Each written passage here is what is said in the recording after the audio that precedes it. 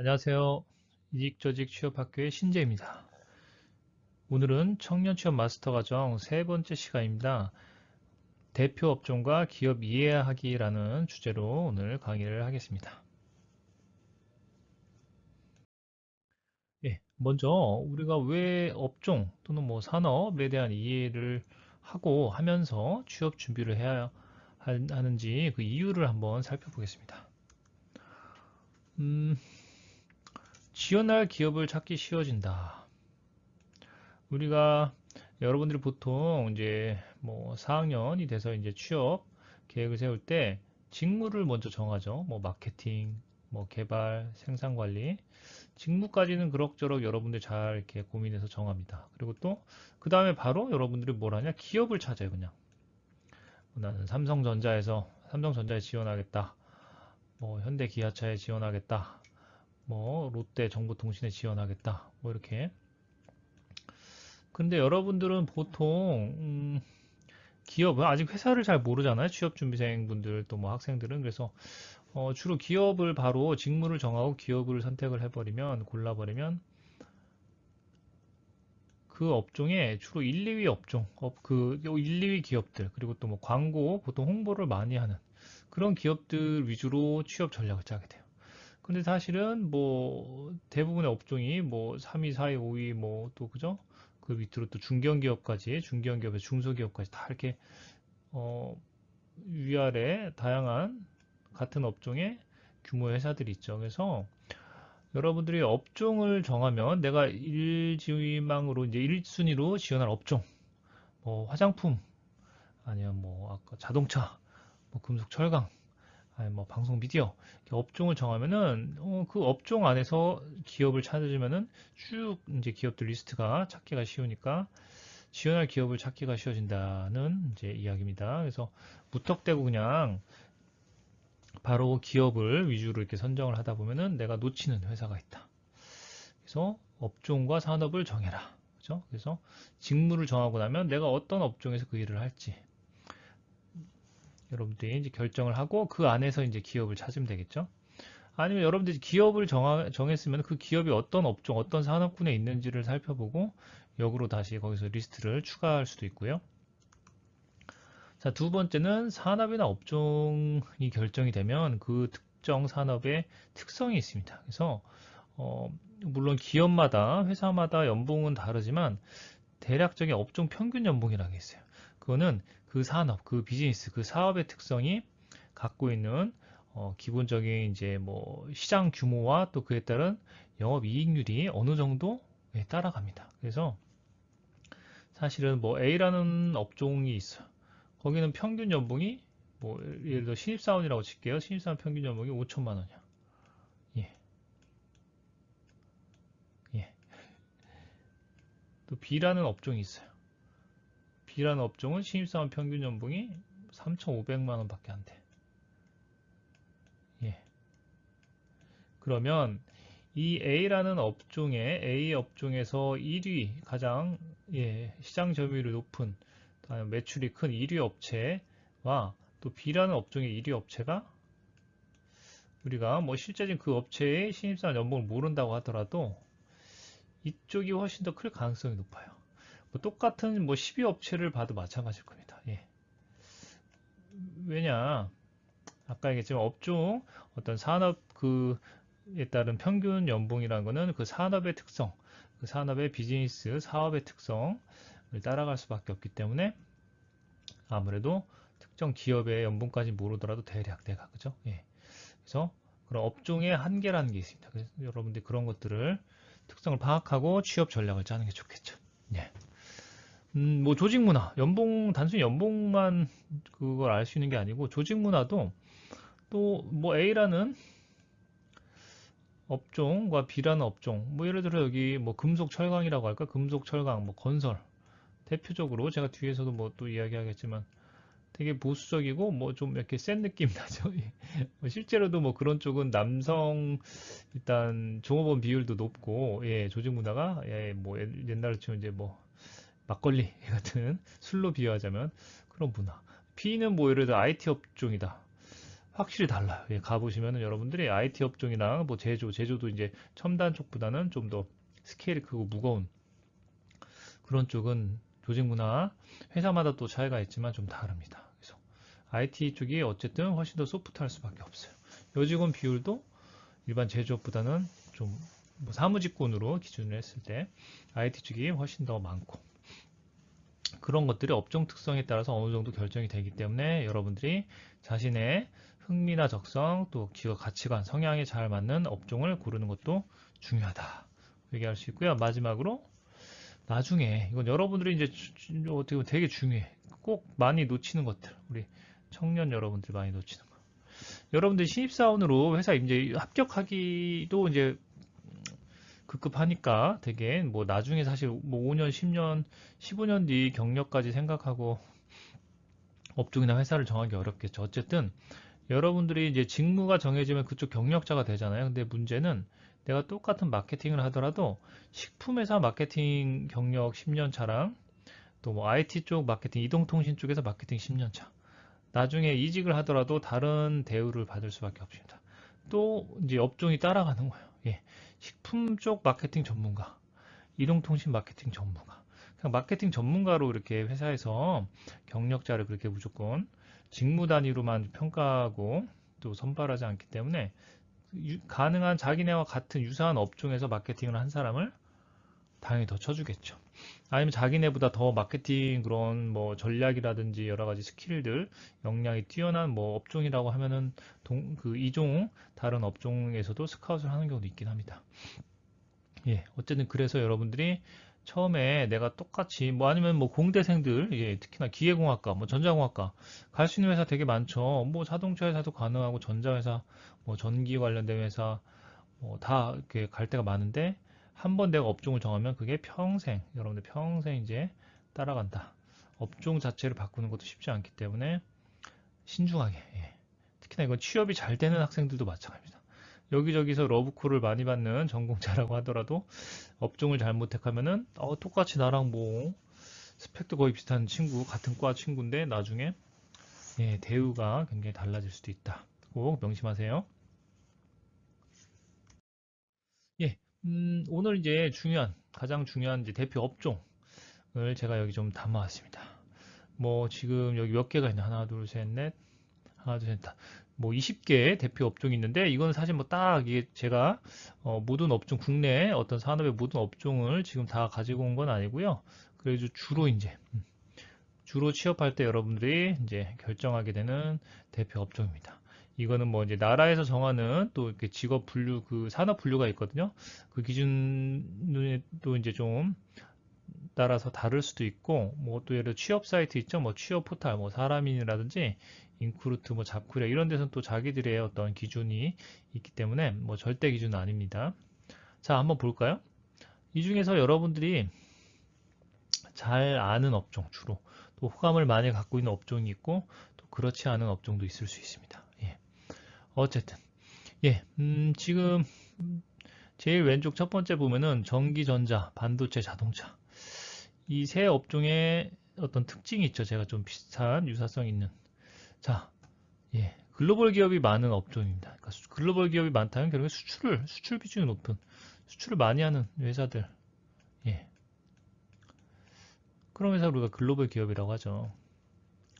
전기전자는 뭐 우리 제일 잘 아는 뭐 삼성전자, LG전자가 있고요. 뭐 전기는 삼성전기 또 예, 반도체는 뭐 우리 또 삼성전자의 반도체 사업부가 있고요. 그리고 또 SK 하이닉스, 예, 하이닉스가 SK로 또 이렇게 좀 인수돼서 SK 하이닉스라고 부르죠. 둘 다 뭐 S사네요.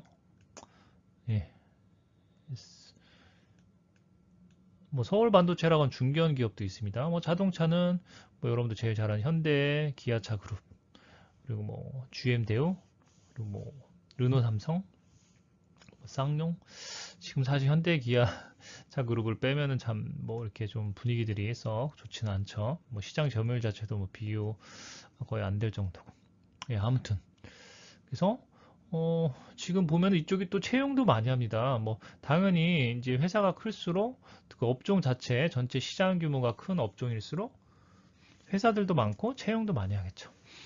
전자 부품, 뭐 컴퓨터, 영상 다 합쳐서 삼성전자는 사실 굉장히 다양한 사업을 하기 때문에 이렇게 막 딱 전자 회사라고 하기는 좀 그렇습니다. 예전에 처음에 시작은 이제 뭐 TV 만들고 생활 가전 같은 거 만들다가 반도체 사업을 해서 그러다가 이제 또 뭐 단말기 그래서 거의 뭐 삼성전자의 가장 큰 사업은 사실은 반도체랑 단말기 이제 모바일 장치랑 그다음에 이제 뭐 일반 디지털 가전 뭐 이렇게 나눌 수 있겠죠. 그래서 이 지금 전자부품 컴퓨터 영상 쪽만 해도 종사자가 거의 40만 명 정도 된대요. 예, 굉장하죠. 예. 뭐 삼성전자가 사실은 뭐 10만 명 정도 거의 직원이 되니까 뭐 엄청난 비율이죠. 뭐 여기 전기 장비를 뺀 겁니다. 전기 장비라는 또 그 이제 산업 분류에 따른 구분인데 거기만 해도 26만 명이 있고 자동차 관련해 지금 또 종사자가 36만 명. 예. 여러분들 글씨 잘 보이시나요? 이게 제가 조금 노란색으로 하면은 작은 화면으로 보는 경우 잘 안 보이던데 제가 예. 예, 36만. 반도체는 12만. 예, 빨간색으로 좀 바꿔보겠습니다. 12만. 예, 뭐 좀 전기전자나 자동차에 비하면 좀 적죠. 당연히 회사가 아까 얘기했던 반도체 제일 큰 회사가 뭐 삼성전자 이제 반도체 사업부랑 SK 하이닉스 밖에 없으니까. 예, 예. 어, 뭐 이렇게 이 정도 규모의 업종들은 또 큰 회사부터 이제 중견기업, 또 중소기업, 소기업 이렇게 하청 뭐 이렇게 우리가 뭐 벤더라고도 하는데 하청업체 뭐 그런 식으로 되게 수직 계열로 다양한 또 예, 규모의 회사들이 있다. 나중에 또 이직하기도 쉬워지는 거야. 예. 반도체 같은 경우 여러분 생각해 보세요. 아이 삼성전자 반도체 있다가 아이 나 정말 어쨌든 뭐 혹시라도 어떤 이유로 아 도저히 여기 못 있겠어 이직해야 돼. 어디로 갈 수 있습니까? 국내에서 뭐 SK 하이닉스밖에 없어요. 뭐 물론 약간 다른 회사 뭐 해외로 뭐 중국이나 뭐 다른 해외로 갈 수도 있지만 국내에서 이직을 생각하면 깝깝합니다. 또 SK 하이닉스에 다니다가 내가 이직한다. 뭐 예, 모바일 쪽도 좀 사실 비슷해요. 단말기 사업부 LG전자 있으면 사실 갈 데가 삼성전자 예전에는 뭐 펜테겐 큐리텔이라고 그래도 조금 하나가 더 있었는데 뭐 지금은 삼성전자 또 삼성전자 있으면 LG전자 예. 또 동종업체 경쟁업체 간 이직에 대해서 약간 기술직은 또 굉장히 민감한 부분이 있어서 사실 되게 조심스럽게 또 이직을 해야 됩니다. 자동차 같은 경우는 뭐 예, 또 사실 뭐 비슷하지만 뭐 사실 이쪽은 중견회사 또 외국회사 굉장히 다양합니다. 그죠? 예. 그래서 그런 데서 자기 이제 어떤 성향이나 또 이직 사유에 따라서 다양한 회사를 옮겨 다닐 수 있다. 굉장히 큰 장점이 될 수 있겠죠. 예. 뭐 조선중공업 여러분들이 업종 단위의 또 어떤 최근 뭐 시장 상황 또 중장기적인 전망 같은 거 기사를 참고하는 것도 굉장히 중요합니다. 뭐 조선중공업 같은 경우 예를 들어서 굉장히 최근 한 10여 년 동안 되게 사이클이 막 이렇게 심했어요. 뭐 일반적으로 모든 산업이 다 사이클이 있지만 왜냐면은 뭐 지난 한 4, 5년 전까지만 해도 조선중공업이 특히 조선 쪽은 뭐 중국 쪽에서 싼 저가로 막 수주를 많이 해서 국내에서 막 구조조정도 하고 예, 되게 분위기가 안 좋았습니다. 근데 요즘에 다시 또 뭐 여러 가지 전략과 기술적인 경쟁력을 가지고 또 수주를 많이 했다고. 그래서 지금 분위기가 다시 올라가고 있어. 그런 때는 당연히 신입사원도 채용을 좀 더 하겠죠. 그래서 내가 그 업종의 사실 어떤 전체적인 시장 또 해외 이제 다국적 기업들과의 경쟁 관계 그런 거를 여러분들이 좀 기사를 수집하면 채용에 대한 좀 전망도 어느 정도 할 수 있다는 거 꼭 이해하시고 분위기가 막 지금 안 좋은데 가지고 혹시라도 취업이 된다고 하더라도 지금 그 시장 자체가 산업 자체가 별로 이렇게 좀 자꾸 이렇게 좀 줄어드는 경쟁력이 떨어지는 산업에 이제 투신을 한다면 그럼 회사가 그쪽 산업에 들어간다고 하면 나중에 굉장히 후회할 가능성도 높겠죠.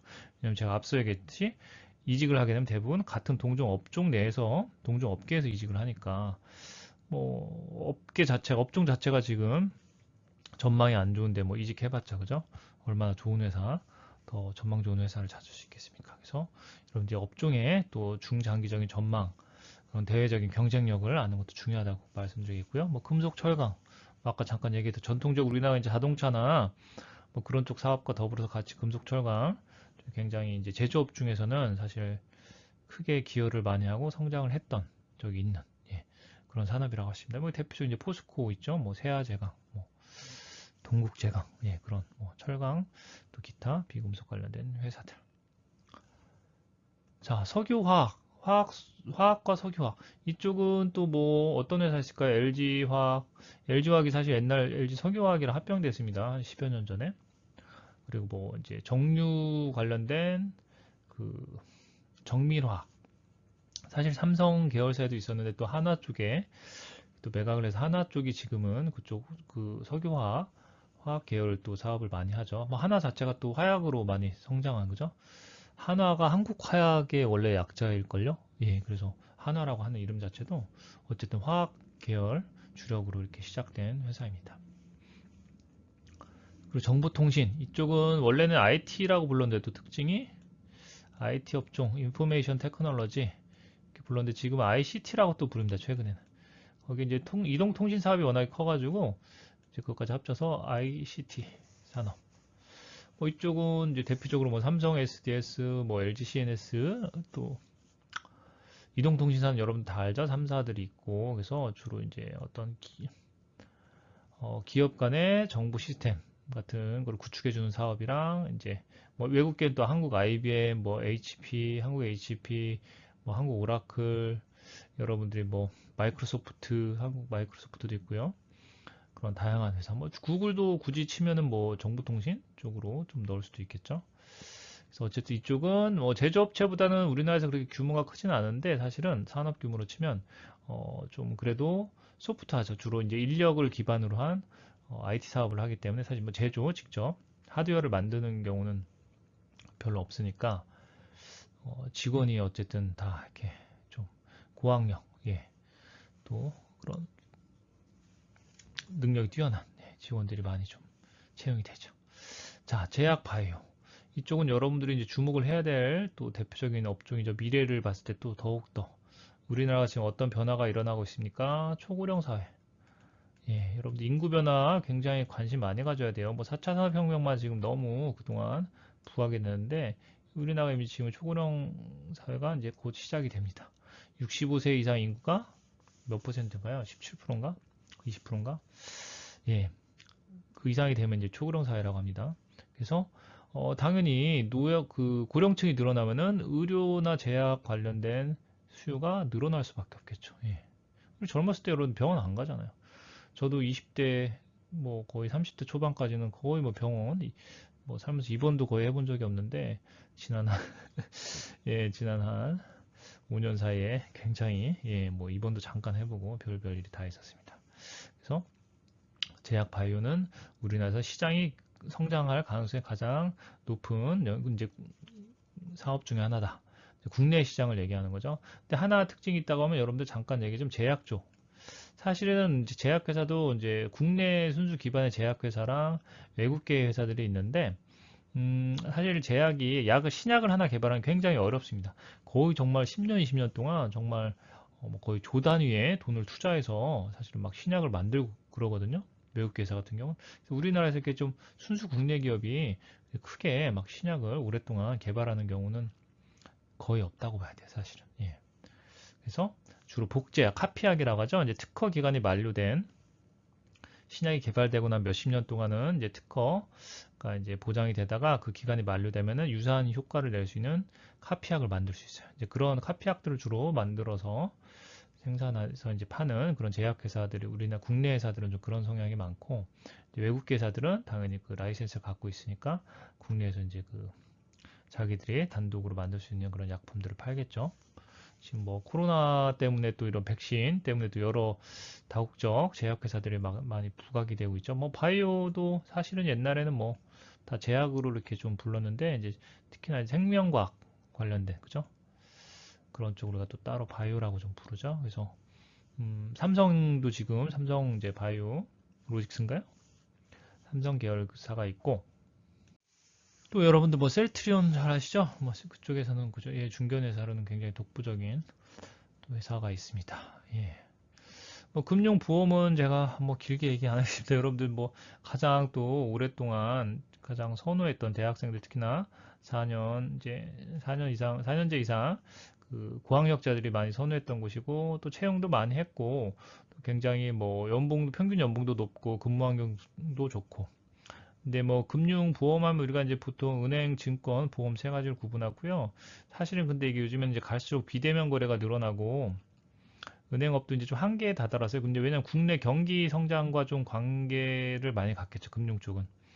그리고 뭐 예대 마진이란 게 있는데 지금 굉장히 저금리 시대 아닙니까? 그래서 금융 쪽이 사실은 뭐 중장기적으로는 우리가 더구나 인구가 이제 감소할 가능성이 높기 때문에 경제 성장률이 예전처럼 막 1년에 뭐 5%, 10% 이렇게 성장하기는 거의 이제 힘듭니다. 예, 사실은. 예. 마이너스 성장만 안 해도 다행이에요. 그래서 그런 상황에서는 이제 국내 시장을 기반으로 하는 금융 쪽은 뭐 그렇다고 연봉이 확 줄지는 않겠지만 갈수록 채용이 줄어들 가능성이 높고요. 더구나 핀테크 비대면 거래가 늘어나지 않습니까? 그러니까 직원이 많이 필요 없어. 요즘에 보시면은 기사 가끔 보셨는지 모르겠죠. 점포도 예전엔 거의 1층 가장 건물에서 좋은 또 뭐 이렇게 찾아가기 쉬운 곳에 있었는데 막 2층으로 많이 옮기기도 하고 점포를 또 M&A 하면서 줄이기도 하고 점포 자체도 저도 오늘 사실 은행을 갔다 왔는데 이제 뭐 예금 뭐 그런 쪽은 별로 저기도 없어요. 오히려 대출 쪽이 막 더 그 면적을 많이 차지하고 있고 예금 가지고는 더 이상 뭐 이렇게 큰 저기가 안 되니까 수익이 안 되니까 예. 가니까 거의 좀 연장자분들만 계시더라고. 젊은 사람들은 잘 안 오더라고요. 다 온라인으로 되니까. 그래서 그런 걸 잘 감안하셔야 됩니다. 특히나 지금 금융 쪽 생각하는 취준생 분들은 채용 자체가 뭐 이렇게 기사에는 좀 막 몇만 뽑는다 이렇게 나오지만 실제로 그렇게 많이 뽑을 가능성은 적습니다. 예. 물론 전혀 안 뽑지는 않겠죠. 왜냐면 그럼 또 기사 나오니까. 예, 여러분 이것도 나중에 제가 좀 얘기하겠지만 약간 그런 채용에 기업들도 민감한 부분이 있고 이게 언론에 보도되는 것 자체가 약간 이제 회사의 상황 또 그런 좀 홍보 측면에서 마이너스 효과가 있기 때문에 신입사원 채용에 대한 거는 사실 대외적으로 기사 이제 되는 부분에 민감한 부분이 있습니다. 자, 뭐 에너지 여기도 사실은 또 아는 친구들은 알죠. 뭐 우리 이제 자동차 이제 주유할 때 여러분들 뭐 S-오일, GS 칼텍스, SK 계열사가 있죠. 이제 그런 곳들과 또 기타 이제 뭐 열병합 발전, 도시가스 그 지역별로 또 도시가스 공급하는 그런 이제 그 기업들이 있습니다. 예. 그래서 여러분들 에너지 쪽은 뭐 독과점은 아니지만 굉장히 정부에서 이제 허가를 받은 딱 허가 받은 업체들만 이제 다 사업을 하기 때문에 안정적이 되게 사업이 뭐 이동통신은 또 약간 비슷하죠. 그래서 아무나 다 그냥 원한다고 바로 시작을 못 한단 말이죠. 그래서 자기들끼리 나눠 먹기식. 그래서 기본적으로 에너지 관련된 사업을 하는 것도 평균 연봉이 굉장히 높은 편입니다. 예. 참고로 알아두시고요. 그래서 사실은 막 스펙도 되게 정말 많이 보고 예전부터 예. 사실은 뭐 채용을 또 그렇게 많이 안 해요. 왜냐면 이런 회사는 들어가면은 안 나가요. 여러분들 삼성전자 뭐 이런 회사보다 더 이직률이 낮을걸요. 예.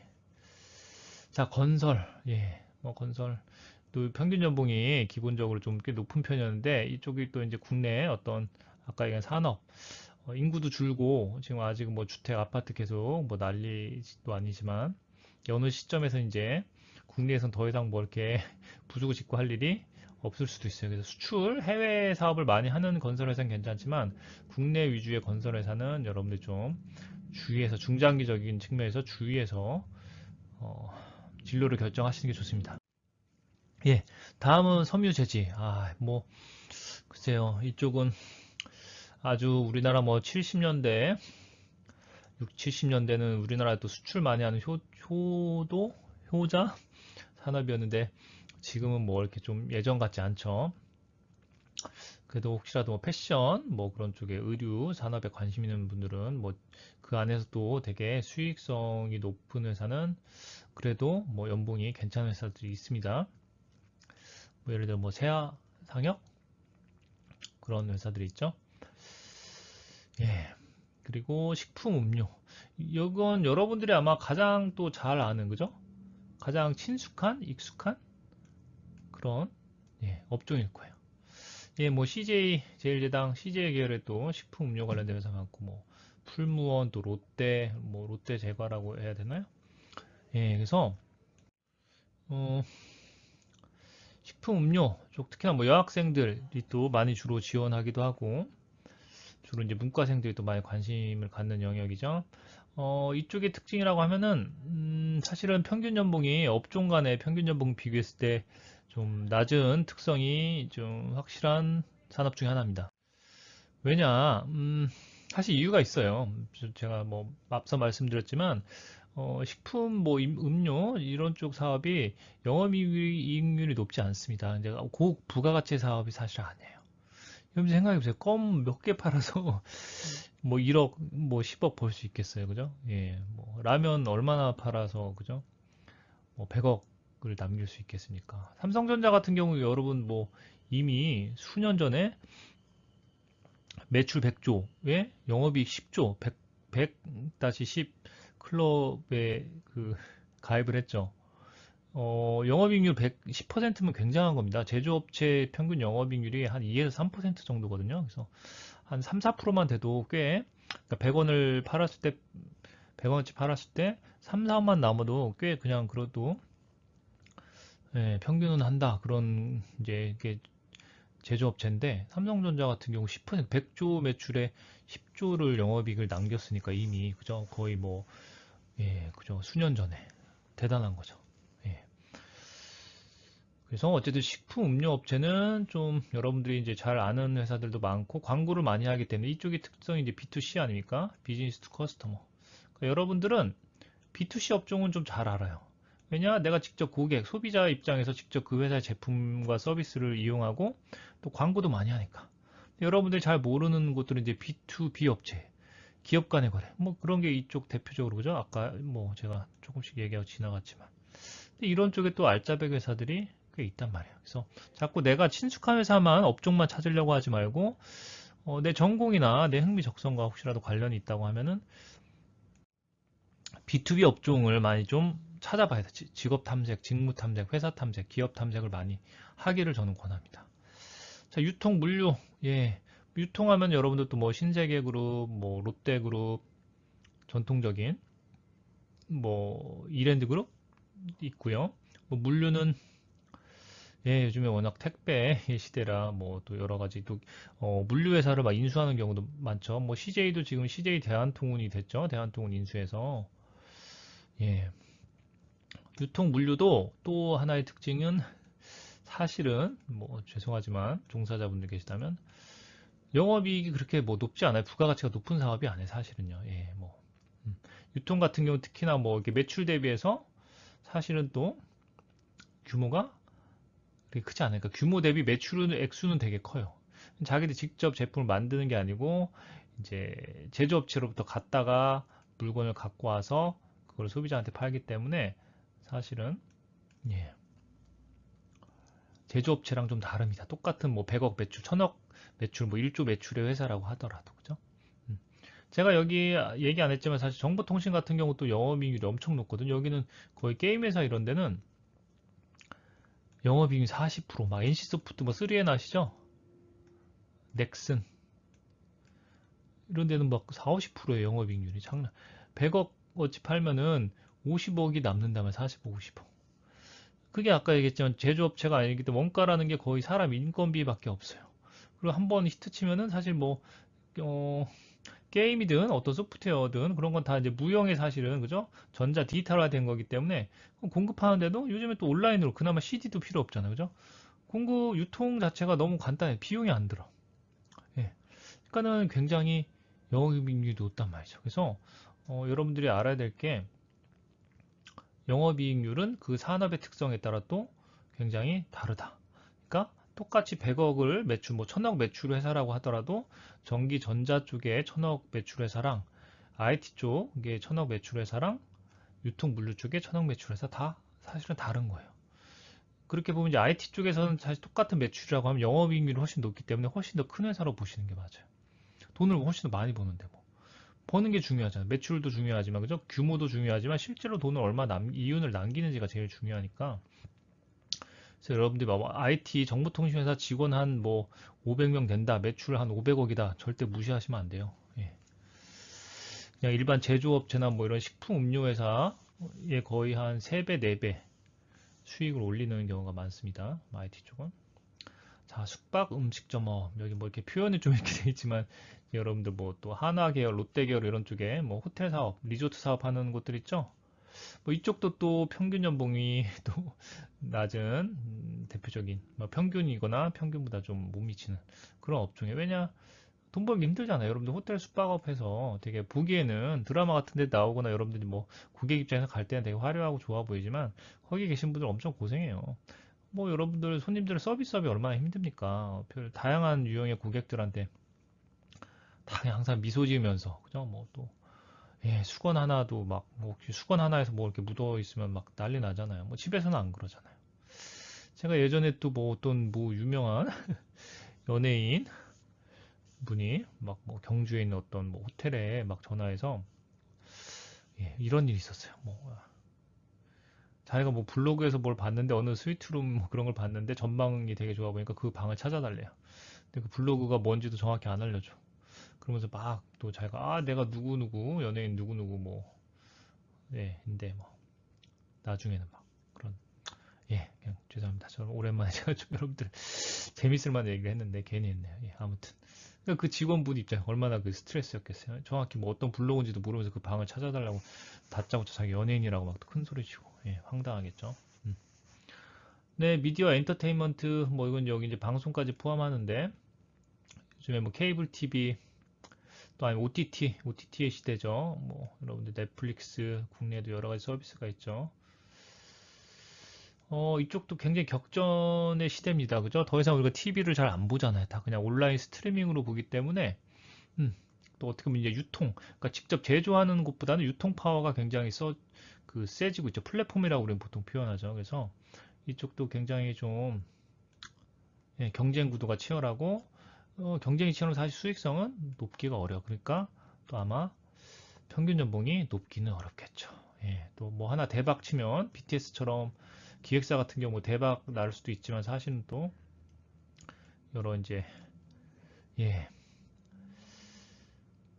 자신의 소속사의 뭐 연예인들이 또 이렇게 좀 인기를 많이 끌지 못하면 또 금방 또 주가 떨어지기도 하고 예, 그런 것들 우리가 좀 주의해야 되겠어요. 하지만 여러분도 이게 화려함에 또 약간 예, 또 막 가고 싶어하는 업종 중에 하나죠. 예, 주의하셔야 돼요. 어쨌든 잘 본인의 소신껏 네, 본인의 직업 가치관 잘 확인해서 소신껏 가시기 바랍니다.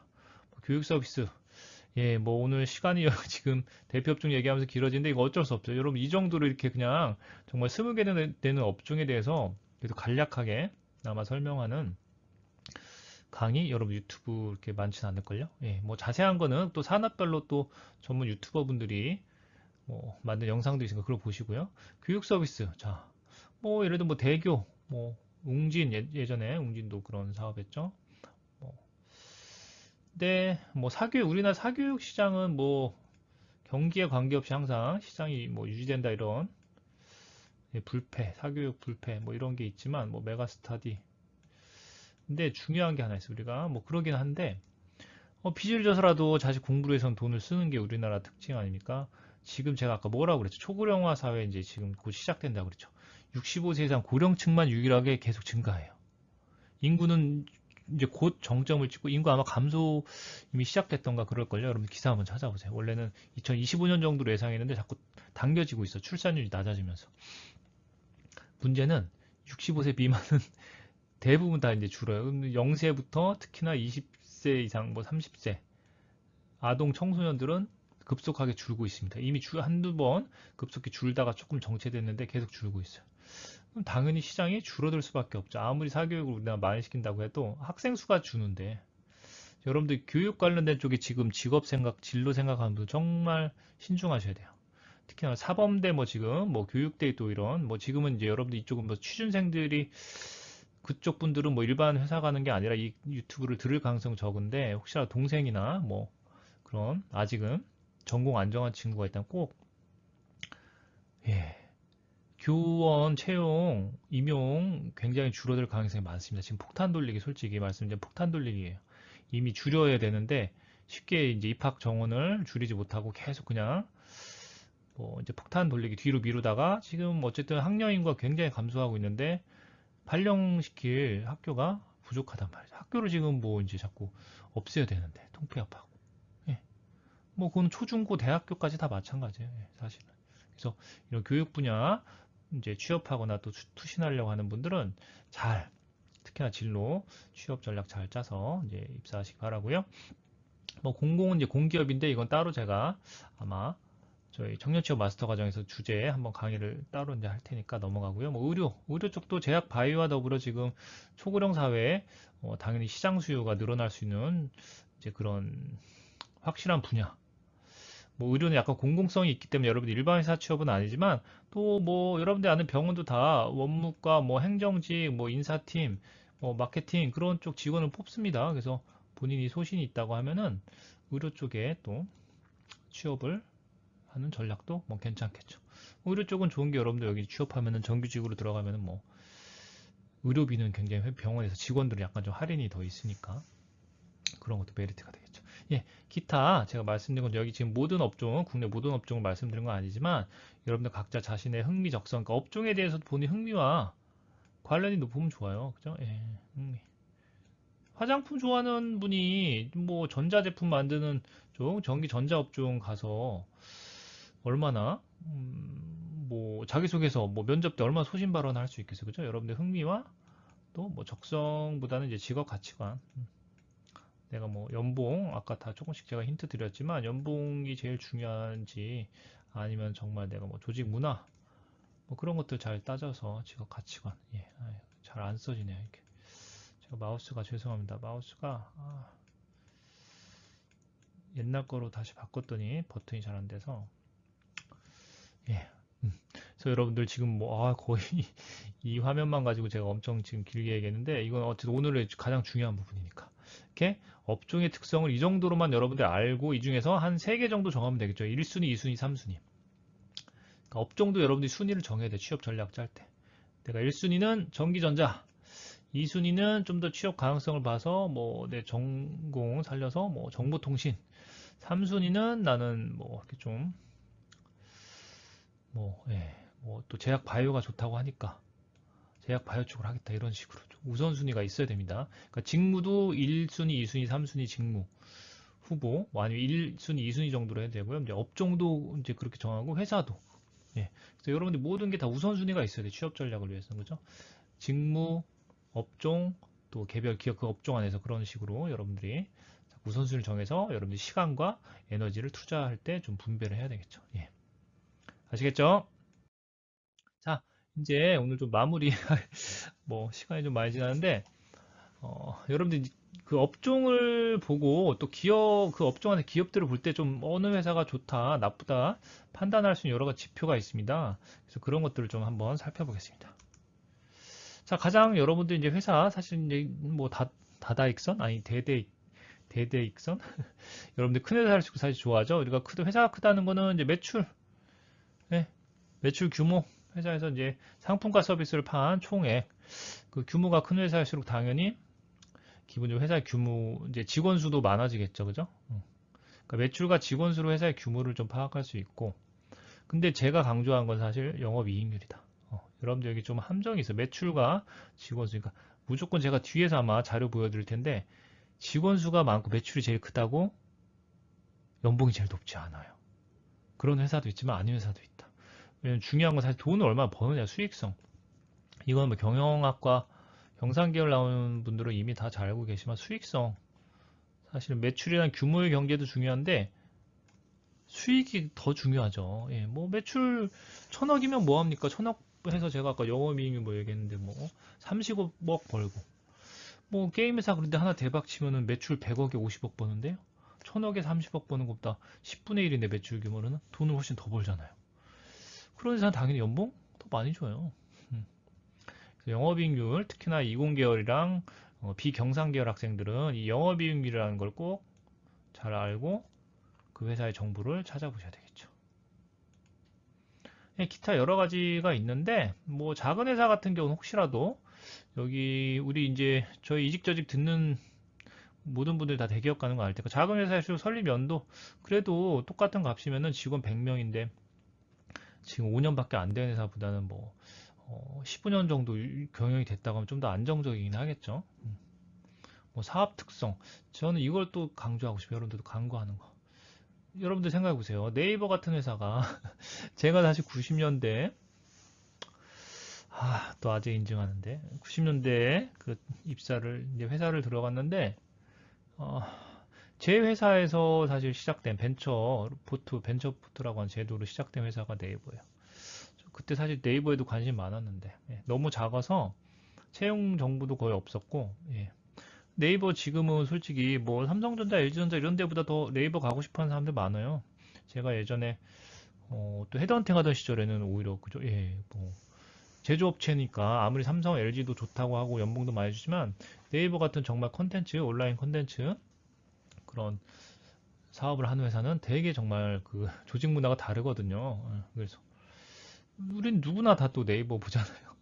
뭐 직업 연령에 관계없이 얼마나 친숙해요. 그래서 그 회사의 사업 특성, 성장할 수 있는 그런 사업인지 보는 것도 굉장히 중요하다. 기술력.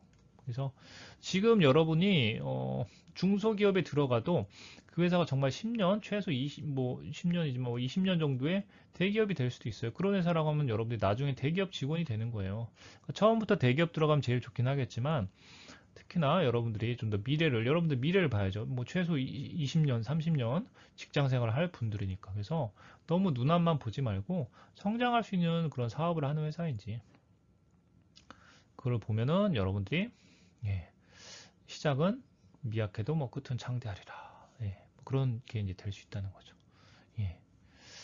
기타 이제 복리후생 같은 경우도 또 회사마다 차이가 있어서 이제 급여만 여러분들 평균 연봉만 이렇게 비교하는데 이 제도 되게 좋은 회사들 가면 또 만족도가 높아집니다. 직업 만족도가 회사에 대한 만족도 높아지고 뭐 호텔 어차피 야근하는데 막 호텔 어, 주방장 출신들 뭐 이렇게 데려다가 막 거의 뷔페 이렇게 제공해 주는 회사. 뭐 심지어 제가 뭐 예전에 무슨 뭐 TV에서 봤는데 미용실까지 회사에서 뭐 일주일에 한 번씩 뭐 일하느라고 이제 미용실 가는 거 좀 귀찮으니까 회사에서 미용실을 출장 미용 뭐 해주는 회사도 봤고요. 그런 것들도 요즘엔 자꾸 중요하게 생각되니까 여러분들이 연봉 외에도 그 회사의 복리후생도 좀 찾아보고 회사를 비교해서 결정하는 것도 좋겠습니다. 기타 여러 가지 것들 여러분들 좀 보시고 이거 수출 비중도 중요합니다. 이것도 제가 꼭 강조. 이거는 별이 좀 이뻐야 되는데 미치겠네요. 제가 죄송합니다. 별 3개. 왜 그럽니까? 지금 제 마우스가 정말 이상해졌네요. 지우개를 제가 한번 써보겠습니다. 죄송합니다. 별 3개 강조하고 싶은데 너무 예. 별 이걸로 할까요? 그냥 별 표시? 왜 제가 지금 수출 비중도 눈여겨보라고 했을까요? 이거 다 오늘 답 나왔어요. 힌트 제가 준 거예요. 자, 우리나라 초고령 사회 된다고 그랬죠. 국내 경제 성장률 이제 거의 뭐 1%, 2% 계속 고착화될 가능성 높습니다. 국내 인구가 줄어요. 그럼 국내 생산, 그러니까 국내 소비가 주는 거예요. 음. 그러니까 뭐 아까 대표적인 교육 업종 제가 얘기했죠. 이제 수출 비중이 낮은 회사들은 굉장히 수출 어떤 전략을 제대로 짜지 못하면 앞으로 한 10년, 20년 이제 가면 갈수록 시장이 줄어들기 때문에 인구 변화에 따라서 그 업종이나 그 회사가 곤란을 겪을 가능성이 높아요. 그러니까 지속적인 성장 못할 수 있단 말이에요. 수출 비중 굉장히 중요합니다. 수출만이 살 길이다 우리나라. 아시겠죠? 그래서 뭐 이런 부분 여러분들이 잘 항상 이제 매출이나 직원 수만 가지고 회사를 보지 말고 나머지 이제 중요한 이런 부분, 예, 이런 부분, 이런 부분, 이런 것도 다 감안해서 업종과 회사를 선택하셔라 말씀드리겠습니다. 참 시간이 이렇게 빨리 가나요? 매출 규모와 직원 수 중에 좀 실제 데이터를 좀 보면서 오늘 이제 마무리 좀 해볼게요. 여러분들 가장 중요한 거는 이제 중요한 회사 내가 정말로 꼭 가고 싶은 회사는 이 정도로 엑셀 파일을 만들어서 자료를 여러분들 찾아볼 필요가 있어요. 뭐 삼성전자 제가 말씀드렸지만 이건 2019년 금감원 전자공시 다트라고 하죠. 자료입니다. 뭐 아주 최신 자료는 아니지만 뭐 2년 전 자료니까. 매출액이 지금 이 단위가 억이에요. 억. 10억, 100억, 1000억. 조 243조네요. 삼성전자 최근에. 제가 아까 100조의 매출 100조에 영업이익 10조 얘기했는데 그게 한 10년이 좀 안 됐는 건데 벌써 세상에 243조네요. 대단합니다. 직원 수 10만 명. 거의 이제 국내에서 가장 큰 회사. 삼성전자, 삼성그룹이 아니고 이제 단일 회사예요. 그러니까 삼성전자는 사실 여러분들이 잘 아는 웬만한 회사들 지금 한 10개는 합쳐놓은 10개 이상 합쳐놓은 정도 규모의 회사예요. 그러니까 하나의 회사라고 하면 정말 큰 회사입니다. 그래서 직원 수가 10만 명이에요. 여성 비율이 26%꽤 높죠. 의외로 제조업체인데 제가 볼 때 이제 반도체 사업부 뭐 그런 반도체 공정 그런 데 여직원들 생산직 굉장히 많습니다. 예. 그래서 그런 것들이 영향을 줬을 거예요. 이게 미세 공정이 중요하죠. 이쪽에서 하는 주로 사업들은 굉장히 작은 것들을 많이 만들잖아요. 뭐 TV도 만들지만 그죠? TV 정도가 가장 큰 뭐 냉장고 그런 게 큰 것도 좀 있지만 사실은 반도체 관련된 또 뭐 단말기 그런 굉장히 미세 공정이 많기 때문에 현대자동차 네 자동차도 우리나라 굉장히 중요한 산업이죠. 뭐 이제 기아 자동차는 여기 빼 있나요? 현대자동차 그룹 매출액 거의 100조 가까이 됐네요. 뭐 삼성전자의 거의 이제 절반밖에 안 돼요. 직원 수 7만 명. 제조업체는 특성이 아무래도 좀 직원 수가 더 많겠죠. 같은 매출액 대비. 그 얘기는 이제 연봉을 좀 더 적게 받는 직원들이 이제 생산직은 아무래도 사무직보다 좀 적으니까 물론 노조가 강한 노조가 있는 뭐 현대자동차의 사실 생산직은 돈 많이 받죠. 죄송합니다. 이것도 좀 가려서 얘기해야 되는데 여성 비율 보세요. 삼성전자랑 거의 4분 예 5배 차이 나죠. 5, 25니까 5분의 1밖에 안 돼요. 왜냐면 자동차 쪽은 뭐 공정 라인에도 그죠 남성 직원들이 훨씬 더 많고 또 자동차 산업 특성상 사무직도 남자들이 많겠죠. 자동차 자체가 여성분들이 좀 관심을 더 두기에는 좀 우리나라 전통적으로 문화적으로 좀 그러니까 지원 자체도 좀 덜 하겠죠. 자, 포스코 제가 이제 금속 철강 대표적인 기업이라고 얘기했죠. 예전에는 공기업이었죠, 사실은. 매출액 생각보다 매출액 크네요. 또 수출을 많이 합니다, 여러분들. 막 탱크 이런 데도 포스코에서 만드는 철판 들어가고 자동차에도 들어가고 별별 제조품에 많이 들어갑니다. 여성 비율도 굉장히 낮습니다. LG전자, 포스코랑 LG전자가 좀 동급이네요. 규모로 치면 직원 수는 근데 2배나 더 많네요. 여성 비율 14%. SK텔레콤 이통사 매출액 확 줄어들죠. 이제 제조업체가 아니니까. 이런 데는 생산직이라는 게 없지 않습니까? 직원 수에 뭐 10,000명, 5,000명밖에 안 돼요. 아모레퍼시피 여기 이제 뭐 화장품 쪽에서는 LG 생활건강과 더불어 아주 1, 2위 그런 업체죠. 주가도 굉장히 높습니다. 수출도 많이 하죠. 직원 수에 SK텔레콤보다 높네요. 그러니까 많네요. 매출이 지금 5, 3, 15, 한 3배 정도나 적은데, SK텔레콤보다. 제가 아까 얘기했죠. 여기는 이제 무형 제조업체가 아니지만, 그 직원들이 어떤, 뭐 영업사원들 굉장히 많겠죠. 뭐 마케팅 직원도 많을 거고. 아무튼, 여성 비율 67%. 제가 여성 비율을 따로 한 거는 사실 여성 취준생 분들을 위한 건데요. 남성분들이 뭐 여자 많은 회사를 뭐 이렇게 굳이 구분할 필요는 없겠죠. 근데 여성분들은 특성상 당연히 여자가 많은 회사를 지원하면 채용도 많을 거고 또 채용 기회도 기회지만 조직 문화가 당연히 여성분들에게 더 유리한 뭐 출산 휴가를 장려하는 정책 또 뭐 혹시라도 뭐 아이 돌보미 그런 서비스 그런 여러 가지 조직 문화가 이제 여성분들에게 친화적인 그 제도들이 많이 있을 가능성이 높습니다. 그래서 그런 측면에서 좀 잘 알고 계시면 좋겠죠. 뭐 아모레퍼식 같은 화장품 이런 쪽은 뭐 우리가 안 봐도 뭐 알 수 있는데 뭐 삼성전자 이런 데는 봐도 그래도 그죠? 다른 제조업체에서 굉장히 높잖아요. 그죠? 뭐 네이버 여성 비율 이 정도는 굉장히 많은 편이에요. 우리나라 여성분들 취업률 자체가 뭐 그래도 많이 높아서 한 전체 인구 대비 여성 취업률 한 40% 된다고 하는데 뭐 3, 40% 되는데 이 정도면 그래도 굉장히 높은 겁니다. 뭐 CJ ENM 또 이쪽은 뭐 컨텐츠 사업이니까 또 여성분들 50%가 넘네요. 매출액 확 줄어들고 있죠 지금. 이제 산업 특성을 좀 생각하셔도 되고요. 예. 뭐 저희가 또 대기업만 얘기하면 또 안 되겠죠, 여러분들. 뭐 또 자기 취업 전략에 따라 또 본인의 경쟁력에 따라서 중견기업도 많이 있습니다. 예. 중견기업 가서 또 꾸준히 오래 다니면 뭐 대기업 다니다가 뭐 몇 년 만에 그만두는 것보다 사실은 뭐 전체적으로 뭐 큰 만족도 차이가 없을 수도 있어요. 자기 이제 직무와 자기 특성에 잘 맞는 조직 문화가 잘 맞는 회사를 하면은 얼마든지 저는 권하고 싶습니다.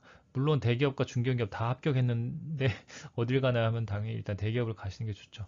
첫 직장은 일단 큰 회사에 시작하는 게 좋긴 합니다. 예. 반대로 하기 힘들거든요. 작은 회사 들어갔다 나중에 대기업으로 이직하는 건 좀 기회 자체가 적기 때문에.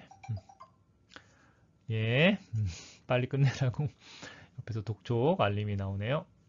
네, 뭐 제가 이제 이거 일일이 또 얘기 안 하겠습니다. 예. 셀트리온 아까 뭐 제가 제약 바이오 얘기인데 나왔죠. 예, 나름 거의 이제 1조 가까운 매출을 하고 있는 회사입니다. 예, 직원 수, 예, 여성 비율 높아요. 또 제약 바이오 쪽이 원래 또 여성 비율이 높습니다. 예, 뭐 이렇게 여러분들 이런 정보, 이 정도 정보는 좀 다 조회해서 정리해보고 최종적으로 지원할 회사 우선순위를 정하시면 좋겠습니다.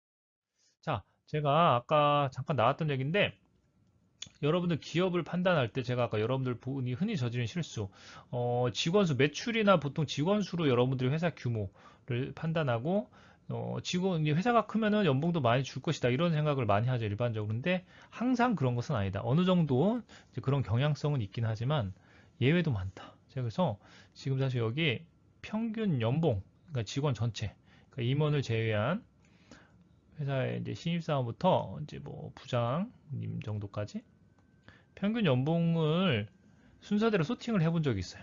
제가 주요 기업에 또 매출도 조사했고 뭐 이거 2018년도 자료입니다. 제가 이것도 금감원에서 제가 직접 조사한 자료입니다. 그래서 보시면은 지금 1억 2천이에요. 지금 평균 연봉이 제가 여기 회사명은 좀 가려져 있는데 평균 연봉 1억부터 지금 9천만 원 정도 뭐 어쨌든 대단한 회사죠. 이거 신입사원 평균 연봉이 아닙니다. 전체 직원의 평균 연봉이니까 신입사원 연봉은 또 여기서 다르겠죠. 근데 중요한 게 보세요. 직원수 340명밖에 안 되는 회사가 지금 평균 연봉이 1억 2천. 뭐 이게 삼성전자겠네요. 지금 직원수 10만 명 아까 나왔으니까 삼성전자 평균 연봉이 2018년도에 예, 거의 1억 2천 정도 되네요. 예. 보세요. 여기 160명밖에 안 되는데 또 뭐 1억 연봉. 주로 이제 아무래도 금융 쪽 관련된 그런 뭐 회사들 많이 있습니다만 여기도 마찬가지. 199명, 270명. 저 밑에 가면은 오히려 큰 회사인데 또 연봉이 평균 연봉이 막 3천, 4천인 회사도 있었어요.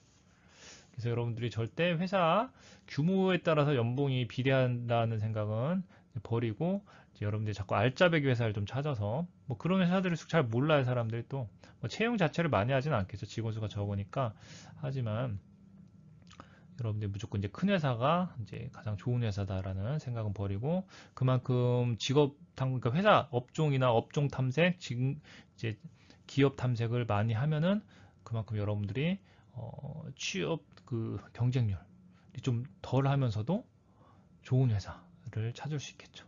굉장히 중요합니다. 어쨌든 직업 탐구, 또 기업 탐구, 그죠?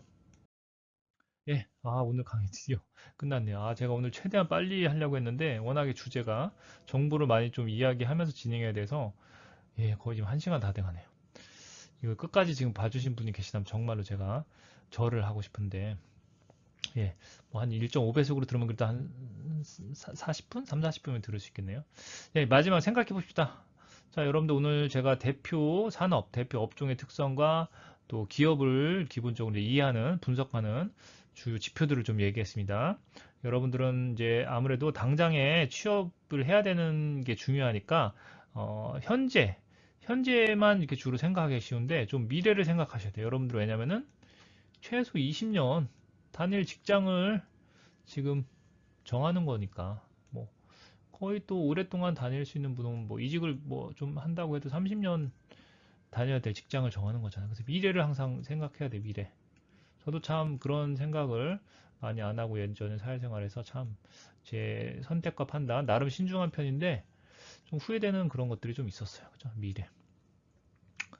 자, 미래는 어떤 업종이 성장할까? 우리나라 지금 사실은 지금 뭐 굉장히 예, 변동 가능성이 높은 그런 시기예요. 지금 우리나라. 예. 왜냐 아까 얘기한 4차 산업혁명이라는 변수도 있지만 두 가지 큰 변수 4차 산업혁명 어떤 첨단 IT 기술에 의한 여러 가지 이제 수혜 업종과 또 좀 수혜를 받지 않는 그런 업종이 있겠죠. 자동화의 물결 속에서 또 뭐 이렇게 줄어드는 직업과 또 뭐 성장하는 뭐 산업. 이것도 제가 뭐 나중에 또 한번 강의할 겁니다. 별도로. 그리고 초고령화사 인구 변화라고 죄송합니다. 인구 변화라고 할게요. 인구 변화. 이 두 가지 변수가 우리나라 어떤 경제 또 산업 또 개별 기업에 큰 영향을 줄 겁니다. 여러분들 앞으로 직장 생활할 2, 30년 동안. 그래서 여러분들 미래를 그러니까 성장하는 회사를 꼭 고르셔야 돼요. 저는 큰 회사, 작은 회사 뭐가 좋다 이런 얘기보다 성장하는 회사, 성장할 수 있는 업종을 택하시기 바랍니다. 그죠? 그러면 여러분들 그 안에서 같이 성장하는 거예요. 내가 아무리 뭐 그죠? 평균 정도만 퍼포먼스를 해도 업종이 성장하고 회사가 성장해 여러분이 성장하죠. 그죠? 아까 제가 네이버 얘기했잖아요. 네이버가 이렇게 큰 회사 될 거라고 누가 생각해? 네이버 처음에 들어갔던 분들 그죠? 자, 어쨌든 여러분한테 잘 맞는 커리어가 될 수 있는 직무, 업종, 회사를 이제 고민해야 된다. 여러분들 직무는 고민 많이 하는데, 그죠? 이제 특정 회사, 그냥 보통 다 잘 아는 회사. 이 세 가지를 같이 제가 오늘 고민하라고 그랬죠? 정하는 순서는 직무를 정하고 그 직무를 어떤 업종에서 할 것인지. 그러니까 회사를 정하지 말고 먼저 직무, 그 다음에 업종, 그리고 나서 마지막에 어떤 회사에서 내가 이제 그 일을 할 것인지 개별 기업을 정하는 이런 식으로 좀 탐색을 해나가면 좋겠습니다. 예, 아시겠죠? 그렇게 여러분들 자기소개서나 면접 때도 좀 더 스토리텔링을 좀 더 이렇게 좀 개연성 있게 또 일관성 있게 할 수가 있어요. 그죠? 예, 예, 오늘 청년 취업 마스터 과정 세 번째 강의. 대표 산업과 기업에 의해 굉장히 좀 오늘 강의 시간이 길어졌는데요.